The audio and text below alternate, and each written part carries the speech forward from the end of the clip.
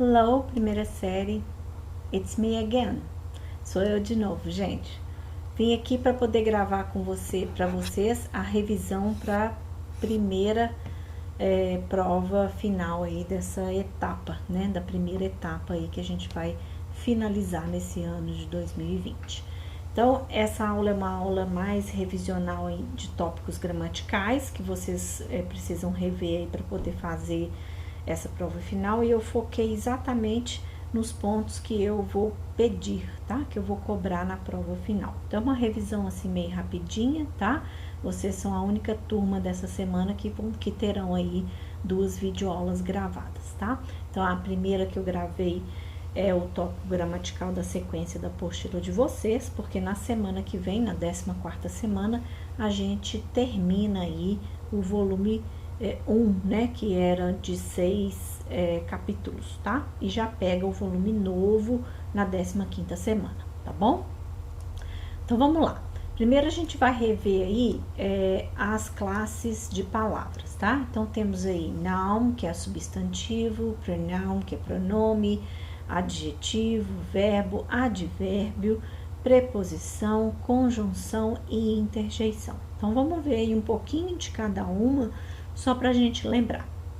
Tem uma tirinha na prova que eu peço que vocês identifiquem essas classes gramaticais e retirem da tirinha uma de cada, tá bom? Então, temos lá, noun, nada mais é do que um substantivo. Nomeia uma pessoa, um lugar, uma coisa ou uma ideia. Exemplos, Daniel, London, table, hope. Mary uses a blue pen for her notes. Então, pen, notes, Mary, tudo isso é substantivo, tá? Pronoun. Pronoun is used in a place of a noun or noun phrase to avoid the repetition. Então, pronome é usado em um lugar, no lugar de um substantivo ou um substantivo em sentido de frase para evitar a repetição, tá? Então, por exemplo, I, you, it, we, us, them, those. I want her to dance with me. Então, her e me e I são pronomes, cada um com a sua classe, né? Pronome sujeito, pronome objeto, tá? Pronome possessivo e assim vai. Adjectives são adjetivos, describes, modifiers or gives more information about a noun or a pronoun. Então, descreve, modifica ou dá mais informação sobre um substantivo ou um pronome. Exemplos, cold, happy, young, too, fun. Exemplo, the little girl has a pink hat. Então, a pequena garota, esse pequeno aí, um adjetivo, está qualificando a garota, has a pink hat. Então, tem um chapéu rosa. Essa cor rosa, que é um substantivo, está qualificando o chapéu. Agora, o verbo mostra uma ação ou um estado de estar, né? Exemplo, go, speak, eat, live, are, is. Exemplo de frase, I listen to the word and then repeat it. Então, eu escuto a palavra e então repito a. Advérbio modifica um verbo, um adjetivo ou outro advérbio. O advérbio, ele sempre nos diz com que frequência, né? Ou onde ou quando aconteceu. Então, nós temos slowly, very, always. Tem advérbio de modo, tem advérbio de lugar, tem vários tipos de advérbio, tá? Preposition, ela mostra a relação de um substantivo ou um pronome com uma outra palavra, tá? Eu tenho at, on, in, front, a gente vai ver aqui na sequência uma série de preposições.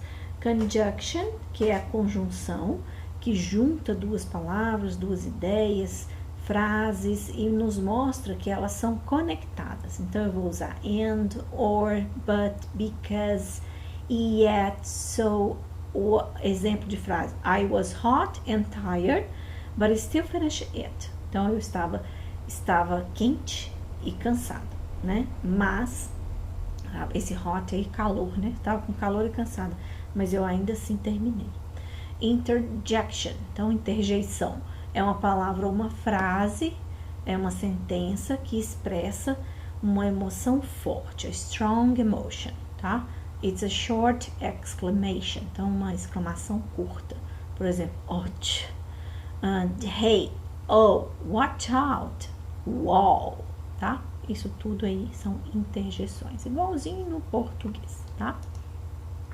Agora eu coloquei para vocês várias prepositions, como que a gente usa, tá? Tem que prestar atenção no sentido, porque às vezes muda bastante. Essa tabelinha de baixo aqui, eu mostrei para vocês as marcas de tempo, então são fixas, tá? Todas essas semanas, essas marcas temporais aqui, a gente usa com on, todas essas com in, para horas sempre at, para transporte a gente vai usar by, tá? E para falar de período a gente vai usar for, tá bom? Então vamos ver aqui alguns exemplos. On Monday, on Tuesday, então dia de semana sempre on, tá? Depois eu tenho lá uma que a gente vai ter que prestar atenção, ó, porque aqui eu tenho Christmas Day e aqui eu tenho Christmas. Então eu tenho, se eu falar só o Natal, tá? Só Christmas, eu vou usar at. Agora, se eu falar no dia de Natal, Christmas Day, eu vou usar on. Por quê? Porque é específico, é só naquele dia, tá? Se eu falar data, por exemplo, uma data mais completa, com dia e mês, tá? Então, eu tenho April 26th, então 26 de abril. Então, eu vou falar com on. Agora, se eu disser só, por exemplo, o mês, no caso aqui, ó, setembro, aí eu vou usar in, tá bem? Então, só o mês, in, tá? Depois eu tenho that day, on holiday, on foot. On foot é a maneira que a gente anda a pé, on foot, né? Então, in eu vou usar para período de dia, in the morning, in the afternoon, in the evening. Mas se eu for falar da noite, eu vou usar at night, tá bom? Para falar de final de semana também eu vou usar at the weekend. No momento, at the moment, at that time, at home, em casa, at work, no trabalho, at the airport, no aeroporto, tá? O at aí é um lugar de referência. Então, como eu disse para vocês, para by eu vou usar para carro, né? Para carro, para ônibus, para trem, para o mar, né? By sea, né? By air, né? Pelo ar, pelo mar. By him, by her, tá? Com pronomes aí. By mistake, by chance, by accident, tá? Vamos ver aí alguns, porque pra gente ver que não é exatamente uma tradução literal. For a week, for an hour, aí para período de tempo, tá bom? Em cima, na tabela de cima, a gente tá vendo aí algumas preposições com palavras, com verbos, com adjetivos, com tempos também, tá? Aqui quando a gente fala de hora, ó, at noon, que quer dizer meio-dia, at times, at night, então sempre para lembrar disso aí, tá? Aqui eu tenho by chance, by law, pela força, pela lei, by order of, pela ordem de, by pelo ar, tá? Então alguns aí que a gente já viu. Aqui do lado eu coloquei para vocês, deixa eu mudar minha câmera aqui, gente. Coloquei para vocês aí alguma explicação, uma explicaçãozinha à parte, para vocês verem que algumas expressões, quando a gente traduz, elas são um pouco diferentes quando tem preposição. Então, ó, ao lado há duas tabelas com preposições mais usadas que podem causar mais confusão na hora de usar, pois nem todas são diretamente equivalentes à língua materna quando traduzidas, no caso o português, né? A tabela superior mostra preposições usadas com substantivos, verbos, adjetivos que muitas vezes são alterados os sentidos. Vamos ver. Se eu disser for good, que tá aqui, ó, por exemplo, for good, tá? Se eu dizer for good, eu não posso traduzir para bom ou por bom, não tem como fazer isso. For good significa eternamente. Então, I love you. Se eu quiser falar forever, tudo bem. Mas se eu quiser falar for good, ótimo, tá? By chance. By chance não significa pela chance, por chance, não. Vai significar por coincidência. By heart, pelo coração, não. Significa de cor, que eu sei isso de cor, eu memorizei, tá? Na tabela inferior, nós mostramos, então, períodos de tempo que seguem regras obrigatórias de uso preposicional, tá? Então, esse take a look aí é para vocês darem uma olhada. Então, eu já falei muito deles, né? Ok? Na sequência, pessoal, nós vamos ver aí a revisão aí dos artigos, né? Nós usamos aí vários artigos aí ao longo das nossas aulas, e isso foi, se não me engano, o comecinho da apostila de vocês, tá? Então, vamos rever aí algumas coisas, ó. Então, nós temos aí alguns artigos, a e an são os indefinidos, que significam um em uma, ou, e a gente, tanto um quanto o outro, um em uma, e o artigo definido the, que significa ou a, tá? Vamos ver aí como que a gente usa. O a gente vai usar à frente de substantivos contáveis singulares, né? Uma pessoa, um animal, uma coisa, tá? Que não são específicos. Então, é um ou uma, né? We don't use a before an uncountable or plural nouns. Então, a gente não usa nem a nem antes de plural, tá? Para começar. Então, a gente vai usar um para contáveis, o outro também para contáveis, só que a gente tem que prestar atenção qual é a regrinha de uso. Basicamente, gente, nós temos aí o a gente vai usar antes de palavras que começam com consoantes, mas que tem um som de consoante, tá? E depois o an, quando a gente vai ter uma palavra na sequência que começa com uma vogal. Também nós estamos falando de som. Por que que eu tô especificando essa coisa do som? A gente vai ver um pouquinho aqui na frente, tá? Eu tenho aí vários exemplos, ó. Para o eu vou usar a cat, a bird, a child, a doctor, a house. Eu posso falar a também, tá? A house, a bike, a boy, a table. E depois o an apple, an egg, an ant, formiga, an orange, an hour. Ó, olha que interessante esse aqui, ó, an hour. Professora, mas a senhora não falou que o H era uma consoante e eu usava a? Esse é um caso específico, a gente vai ver na sequência, tá? Por quê? Porque o H aqui, ele tem som mudo, é como se ele não existisse, é como se fosse só a vogal. Então, eu vou usar an hour, an aunt. Aqui é tia, tá? An old man, an uncle, tá? Prestem atenção nesse U aqui, que ele tem som de chua.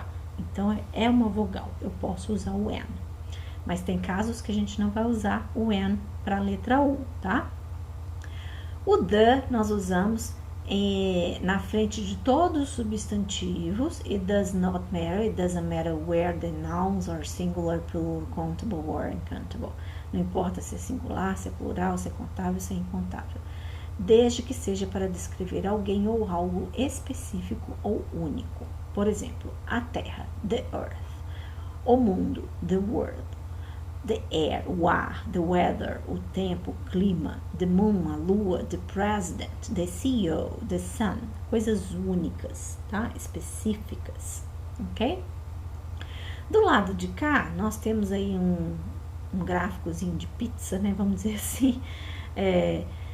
Onde a gente está separando também a or an, the, e aqui a gente está separando, além dos três, igual nós fizemos aqui, nós estamos colocando também situações em que não vai nenhum artigo, nem o a, nem o an, nem o the, tá? Então, quando que são esses casos? Exclamações no plural, por exemplo, what beautiful children we have. Então, que crianças lindas você tem. Eu não coloco nem a, nem an, nem the, tá? Para expressões como refeições, por exemplo, breakfast, lunch, dinner, supper. Supper é jantar, tá, gente?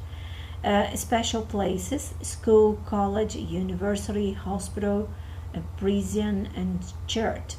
Ok, em certos casos eu posso usar até o the nesse caso, mas desde que eu esteja falando especificamente sobre um local. Proper nouns, que são substantivos próprios, pessoas, countries, cities, and etc. Aqui também tem exceções, por exemplo, países onde eu tenho os nomes dos lugares no plural, por exemplo, os Estados Unidos, tá? Onde eu tenho um conjunto ali que se transforma no próprio nome do lugar, né? Os Estados Unidos, então, the United States. Nesse caso, eu tenho que usar o artigo, tá? Generalizations, então generalizações, né? Dogs are better than cats. Cachorros são melhores do que gatos. Então eu não vou falar the dogs, tá?